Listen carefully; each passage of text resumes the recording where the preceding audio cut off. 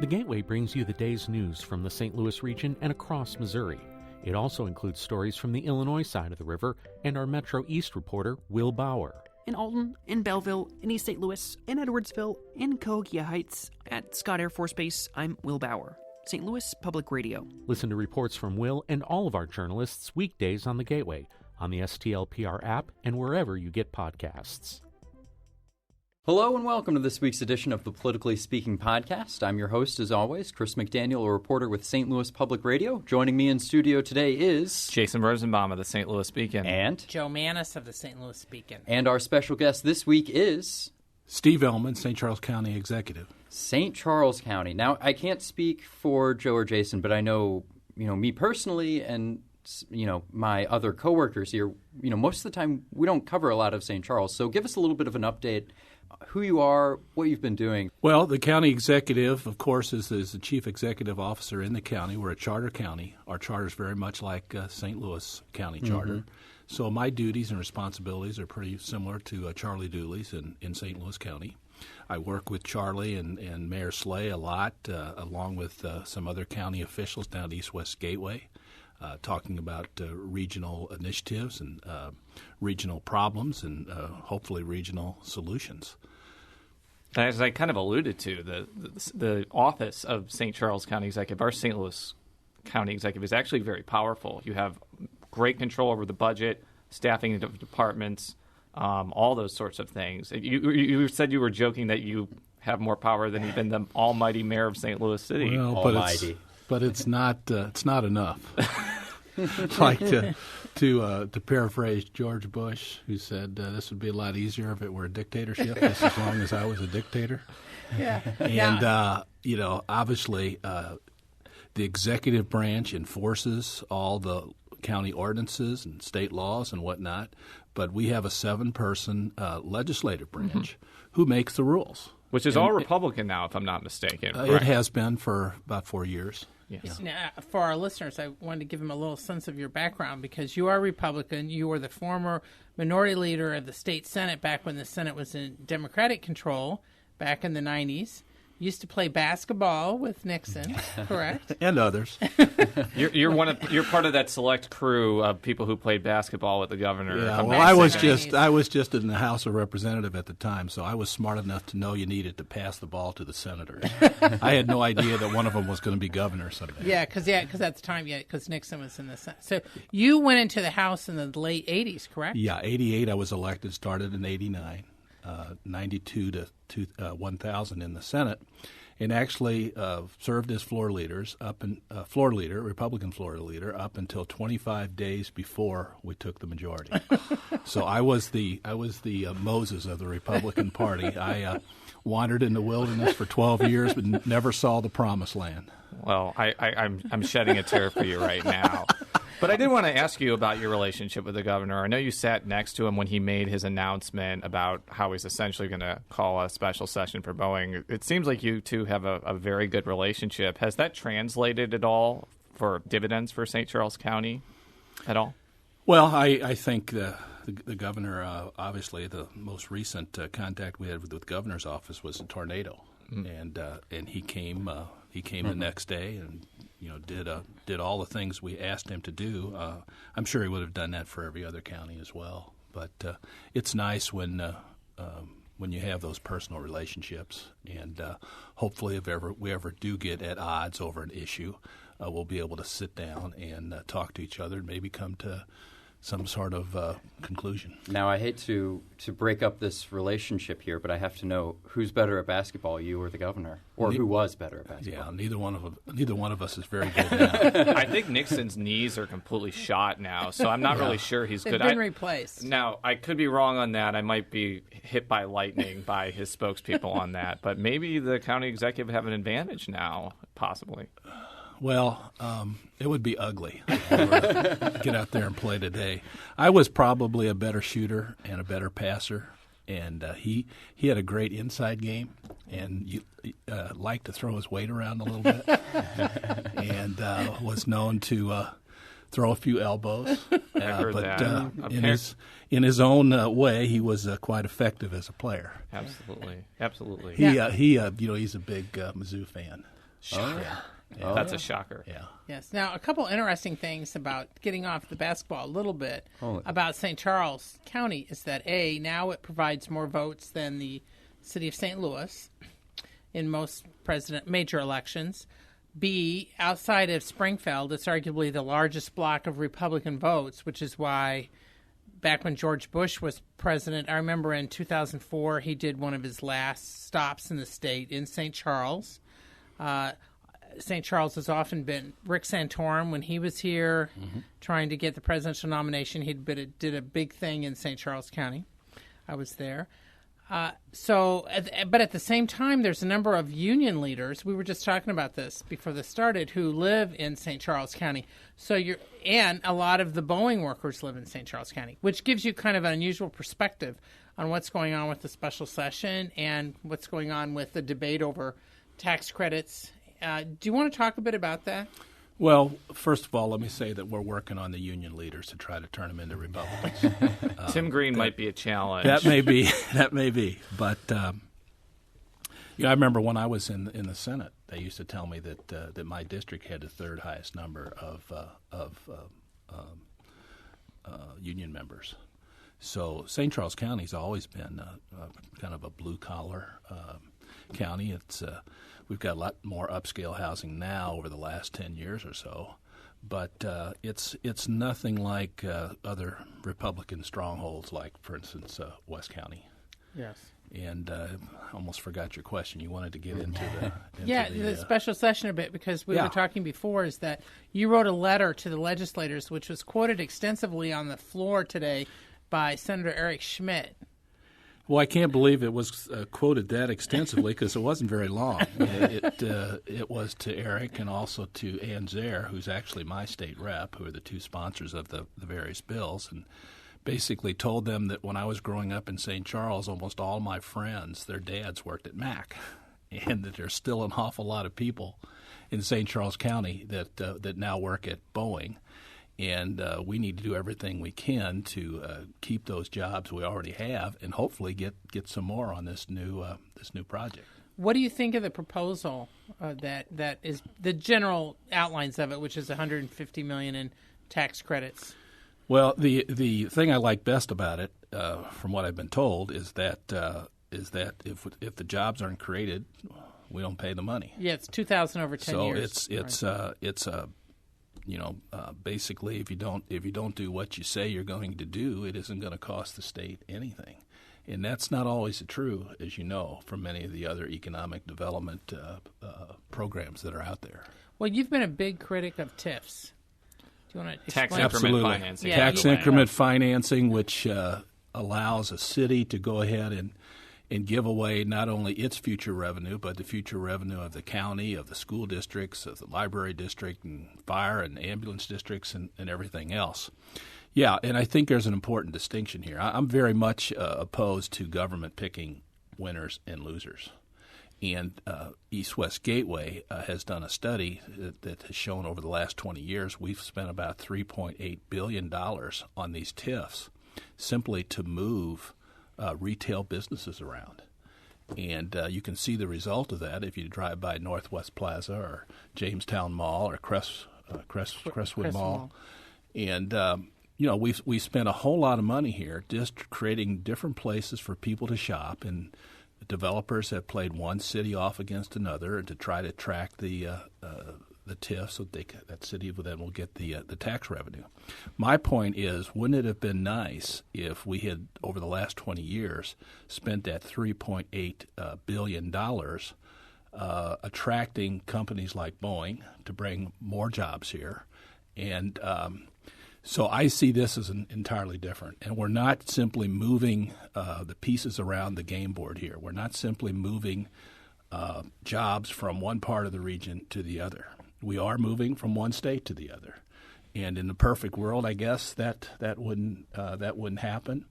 But given the way things are today, I think it's well worthwhile to make an attempt to get these jobs here in St. Louis, where we already have a trained workforce, who I think would do a great job for Boeing. What do you think the chances of success are going to be? Obviously, the competition for this is fierce. There are a lot of other states who are vying for the 777X.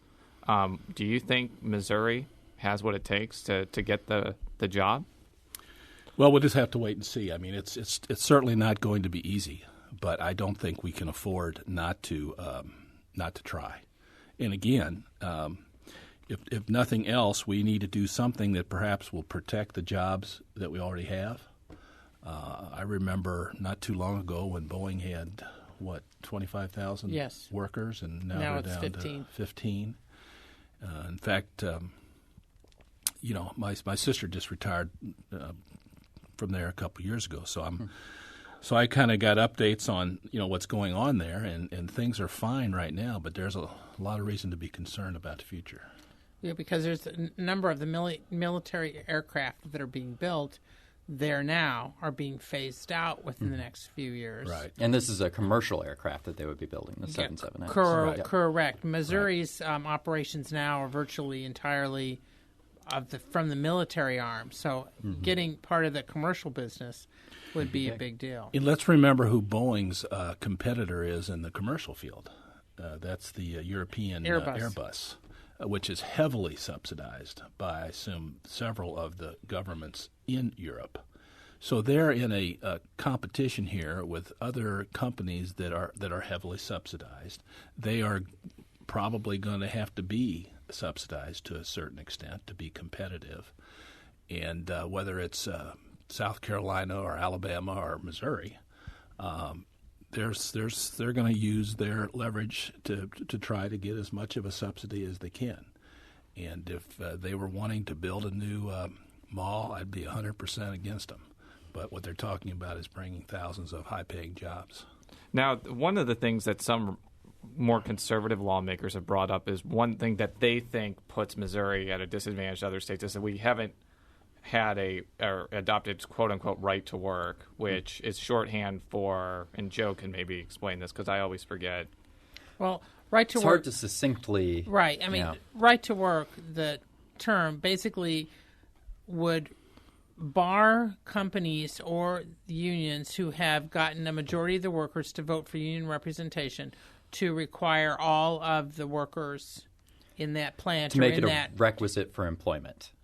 To make it requisite for employment or to pay the dues. They would have to, the union would have to try to get them to pay the dues, but they wouldn't have to. Whereas now, a company and a union can agree to that all the workers in that particular bargaining unit each have to pay at least the fee. Now, they can not pay the portion that goes for political purposes, but for the representation fee, they can automatically get that. Okay, so thank you for explaining what that is for our listeners. Do you think that's going to be an issue here? I know that obviously some of your constituents who are members of unions probably don't want that, but do you think that'll make it be an issue?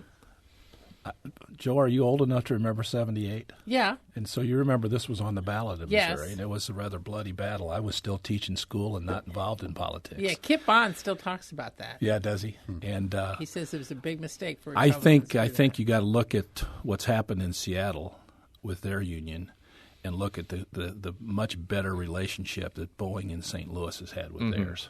But you're absolutely right. This is going to be part of the discussion, and if the Boeing officials think they're going to come to St. Louis and get the same sort of treatment they've gotten from the union up there, they won't be coming. But I have faith in the leadership of labor in this area. They're smart enough; they understand that. I think the trades have already offered to do triple shifts. That will expedite the building of the plant. Which sounds exhausting, by the way, but I hope they're rotating people. They'd be rotating people, but I know. It's just, that was my terrible attempt at humor for the day. We've been doing 24/7 for the last 4 or 5 months on the Page Avenue extension out in St. Charles, so we could get it in shape before the weather turned, so that we could continue to keep working on it. So it's not unprecedented, but it's the sort of thing that I think shows good faith by those folks. And you'll have to ask the Boeing people how important this is going to be. Now, I wanted to kind of shift gears a little bit to kind of regionalism, because that's kind of a buzzword now for various reasons. And St. Charles is increasingly becoming a bigger player because of the population. Absolutely. And I want to preface this by saying St. Charles is already kind of involved in a bunch of regional efforts, whether it be East-West Gateway, whether it be Great Rivers Greenway. Lambert International Airport. I want to get that out of the way first of all, because I don't want to give the impression that they're on an island somewhere. But when you talk with St. Louis City and St. Louis County officials, there is this growing friction or frustration among them that St. Charles hasn't bought into, say, Metro, the Zoo Museum District, Proposition P. They decided not to vote on that, the so-called arch tax. I'm sure you hear this all the time from officials. I kind of wanted to get your perspective on why St. Charles hasn't been involved in it and whether you think they should kind of buy into some of these regional taxing initiatives. Well, you've already indicated we have bought into some. Again, the key word you just said is tax initiative. Can we do something that doesn't involve a tax increase and call it a regional project? I think we'll be right there. And you mentioned we have more voters than St. Louis City. We've had more voters for a long time, but we actually have more people now since the last census. And we're the second largest jurisdiction. Correct. And we voted on Metro years ago. It almost passed. It didn't. My prediction is, someday, probably when gas gets to about $4 or $5 a gallon, there'll be interest in mass transit in St. Charles County. I mean, so do you feel that as the county executive, you really can't push that since the voters voted it down? Oh, we've done polling. Okay. And there's no doubt about it. There's not the sufficient support. 97% of the people in St. Charles County already have a car. Even if the cost of commuting gets extremely high, and some people, take the option of taking a bus to work. That bus isn't going to drive around the neighborhoods out in Wentzville. Right. You're still going to need a car to get to a bus stop. You're still going to need a car to get to a bus stop. It's not like the neighborhood we're in right now where the bus, you can walk 5 or 6 blocks and catch a bus. That's just not going to be the way mass transit happens in St. Charles County, if it happens at all. We've got SCAT buses, and we've got Oates buses for elderly, and I mean we do some things now to try to help that 3% that does not drive or doesn't have a car. But again, as long as 97% have a car, and as long as they're given the choice on whether to tax themselves for something else, I don't see it happening for a while. Now, if St. Charles County voters, for example, had decided they could have voted on Proposition P, which is the arch tax, but the council didn't put it on the ballot for various reasons. I know you had a lot of misgivings about that. I didn't have misgivings about the project. I was concerned about the fact that TIF money was going to be taken out of that tax. And in the end, the reason it didn't go on the ballot is because the Great Rivers Greenway was not willing to take the money that's now being collected from St. Charles County and use it to pay for the election. That's right. That's we true. had already had, and if you may remember, we had the whole extended debate about a smoking ordinance. Yes. And we had already told the sponsor of that bill that we were not going to have a special election for smoking in April because it was too expensive. So what they were asking us to do is to do exactly that for the arch tax, and then ask us to pay for it. Do you think it would have passed? I get the impression that it's going to have a real hard time passing among St. Charles County residents for various reasons. Is that kind of your indication as well? It'll take a real sell job. Yeah, I think it will. And we may still put it on. Yeah. The good news, I guess, is that the legislature, Senator Smith, did an amendment last year to go ahead and exempt the arch tax funds from TIFs. So people who are paying that money will see all of it go to the arch project and not see any of it diverted to various other development projects. If we put it on in November, then that's the same election we're already on. It won't involve any additional costs. So that's something that's that certain people are still discussing. Now, let me just generally say that what people don't understand, is that people in St. Charles County already contribute quite a bit to the tax base of St. Louis City and County, and specifically on buses. We had bus service out to Mid Rivers Mall 10 or 15 years ago. I think they made 7 trips a day. There weren't enough people to use it to continue it. So it was, it's not like there's this great demand. Would high-speed rail do better than buses, do you think, out there? High-speed rail? Yeah. Or just light rail? Light rail. Way. The problem with light way. rail is that right now it goes as far as the airport. Right. So who's going to pay to take it from the airport to the river? Well, that's what I'm wondering. I think if it was at the river, then it might work. But are the people in St. Charles going to have to pay to get it out to the river and then also into St. Charles County? Right. What about Zoo Museum District? That's one that's Zoo Museum District, touchy. And what I was saying is, a lot of people, I've been told that 40% of the sales tax at Chesterfield, in the various Chesterfield Bottoms business district, 40% of that tax is paid by people from St. Charles County. Yeah, I've heard that too. And when they had the big openings of the malls out there, I happened to drive by, and the line on the highway coming from the west was just as long as the line on the highway. That does not coming surprise from me the at all, east. because St. Charles Countyans love a good outlet mall / deal. But continue. With regard to the Zoo Museum District, and I've suggested this for a long time, I think what they need to do is, if you simply ask people in St. Charles to vote to tax themselves to support it, it's unfair now. Right. Okay? And it would be just a little less unfair then. Because we got Illinois, we've got other counties in Missouri, they still wouldn't be paying. Right. I don't understand why the Zoo Museum District doesn't simply establish An fees. entry fee? In An fact, I was entry going to fee. ask you another and see word, if they had an entry fee, then they could come to our council and myself and say, all right, your people are going to have to pay this amount, and we think there'll probably be about this many people come over. Would you like to go ahead and contribute so that your people can get in for the same price as the people who are paying taxes in St. Louis City and County?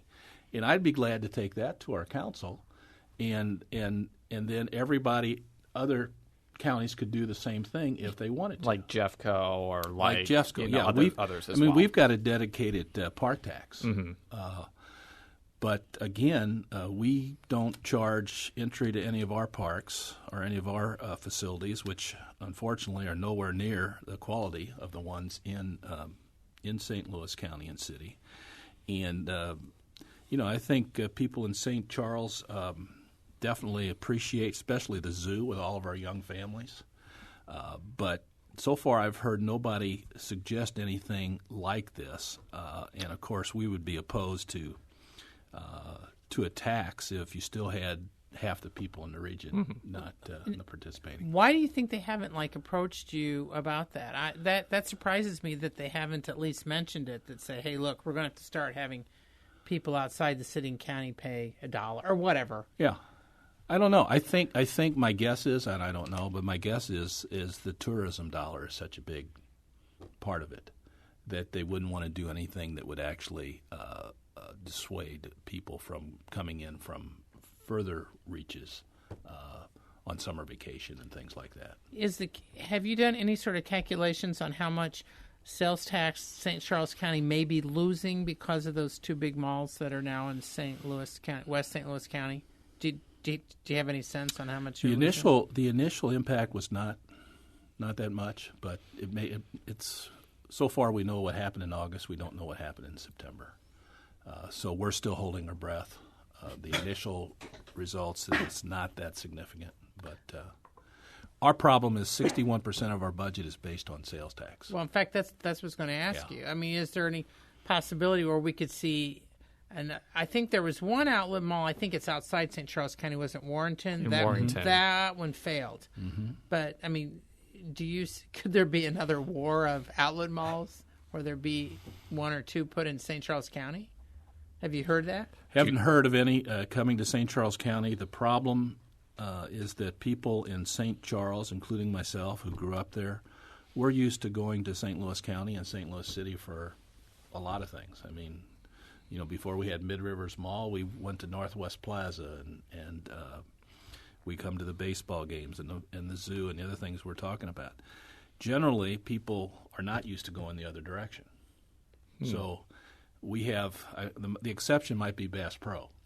And for some reason, Bass Pro does very well, and I'm sure it gets a lot of people from St. Louis County to come out there. But generally, people in Bridgeton and Chesterfield, they're not used to getting in the car and driving to St. Charles County to shop. So the tax seems to flow in one direction, and again, that's okay. That's okay. I mean, we use facilities in St. Louis County and St. Louis City, and when I go to the baseball game 20 times a year, I pay a lot of sales tax to the city of St. Louis, and for that I get hopefully a safe street to drive on and a secure parking lot to park in, and that's the way it works.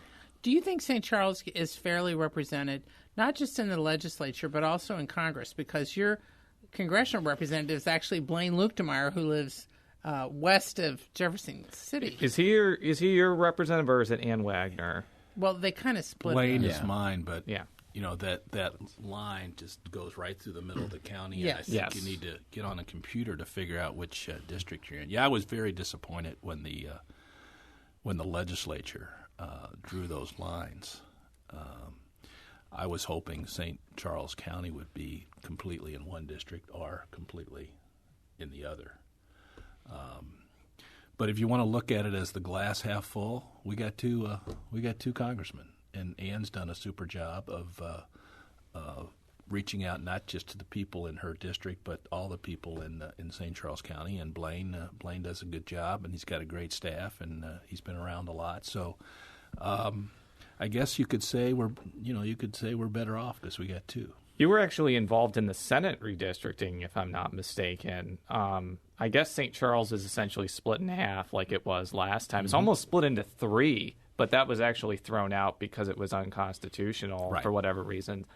I would assume that in 2020, because we're looking way into the future on the Politically Speaking podcast, maybe it will have encompass three senatorial districts as a population or something like that. But that's more of an observation. Well, I hope if the whole region grows, that's going to be sure. That's going to be for sure. What was your experience being on that commission, by the way? It was kind of a wild ride. It was very difficult because the people in St. Louis, I don't think, appreciated all the demographic changes. They needed, I want to say it was 47,000 more people to justify keeping the same number of senators that they had before. Yes. And it was just a simple matter of demographics. The rest of the state had grown more than the city and county together. Jane Cunningham's still furious about that. Oh, I know she is, and I voted against it the first time we voted on it because of Jane, and I felt bad about it. But when you start doing the numbers, it was, there's still the same number of senators from the St. Louis region. There's just not the same number from St. Louis City and County. And that reflects what you've been talking about, just the fact that the outer counties have grown so Because, much. for example, St. Charles gained a bunch of House members. Oh, yeah. And that kind of showcased how much population growth there was. And there's even a Democratic member from St. Charles, Bill Otto. So I guess it's diverse politically now. Who most of his district is in St. Louis. Yes, County. Including my grandfather's house. It's gerrymandered in, which I just think is hilarious. that was the House people. I think we did a better job drawing some lines in the Senate redistricting than they did in the House. But that was an interesting experience, and again. I think the region has the same representation. It's just from different parts of the region. Now, I guess before we sign off, I guess you have some issue to take with a sustainability study or grant of some sort. Yeah, you want to talk about Yeah, we're probably not going to have much time to get into that, go but ahead. I want to just give people a heads up that that's something they need to pay attention to. Are you concerned about it? I'm and you need to concerned kind about of it. explain what we're talking about. It's there was $4.7 million in federal funds made available to do a study of sustainability in the St. Louis region. Now, Joe, I'm sure you remember the whole fight 15 years ago about urban sprawl. Yes. And my first concern was, well, is this just going to be sustainability, another term for urban sprawl? And the report does not go nearly as far as people did 15 years ago when they suggested growth boundaries. The legislature actually telling people you couldn't live in certain places. I think they've realized that that's probably not in the best spirit of American democracy. So they're not suggesting that anymore. But this report still seems to say that we know best where people should live, and we should do our planning so that they live there.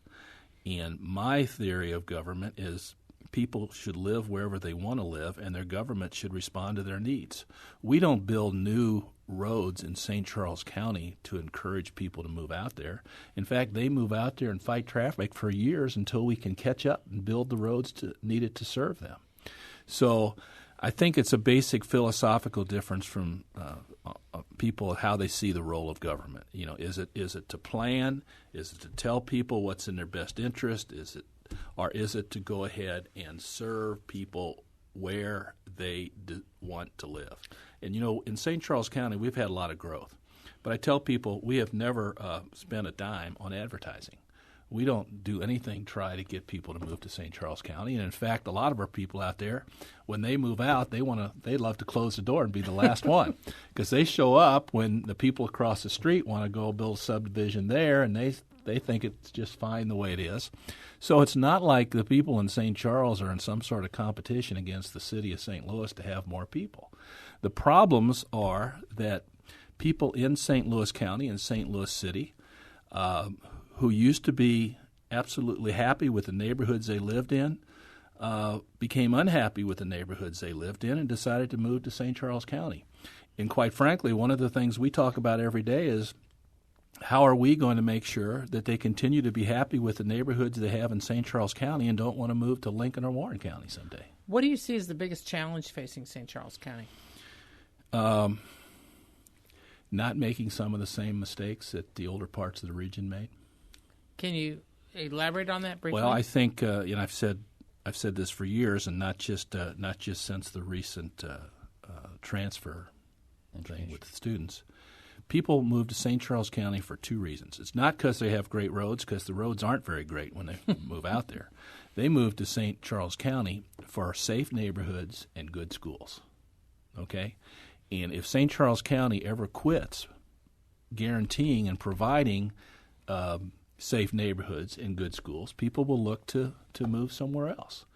And that's why, when we see Riverview and we see Normandy, and you remember I was around for those battles as far back as 92, yes. And, nobody even thought. We talked about this transfer plan there, and people thought, well, if the city of St. Louis becomes unaccredited, people will just move to St. Louis County, and they already got an involuntary transfer program, so really, what's new? Nobody in 92 dreamed that Normandy and Riverview someday would be in the same situation as the city of St. Louis schools. And I guess right now nobody dreams that any school in St. Charles County would ever be in that situation. But 20 years from now, if we don't do something and we don't change the way we do things, that could happen. And that's what we spend a lot of time talking about, at least in our office, and there's not a whole lot we can do about schools under our charter. But what we can do, we do. Now, one final question. You're up for re-election next year, if I'm not mistaken. Are you planning on running for re-election? Yes. Do you? I ask this to every person. Do you expect to have opposition in the Republican primary or the Democratic race? This would be your third term, correct? This would be my third term. It'd be the first time I was anywhere longer than 8 years. But I guess my question is: do you expect to face nobody has announced anything yet? But last time I went without opposition until the 4 o'clock on the last day, and somebody put their name on it. So I'm sure that somebody will run. So I guess we may be covering the hotly contested St. Charles County executive race along with the hotly contested St. Louis County executive race. I hope not. Keep your fingers crossed. Do you have one last message as far as to the legislature as they're looking at this Boeing thing? Well, it's generally, especially having been in the Senate, the Senate is known for being the deliberative body, and it's unfortunate we don't have more time to deliberate about this. But again, I think the safety net here is if no jobs, no money. And I'll close this out here. You can read all of my stories at stlpublicradio.org. You can read all of Joe and Jason's stories at stlbeacon.org. You can follow me on Twitter at @CSMcDaniel. You can follow Jason on Twitter at Jay Rosenbaum. You can follow Joe on Twitter at Jay Mannies. It's JMANNIES. We'll be back next week. Until then, so long. If you have a smart speaker, you have access to the entire world of NPR and St. Louis Public Radio. All the latest news and all the captivating stories. Activate our voices with yours by telling your smart speaker to play St. Louis Public Radio.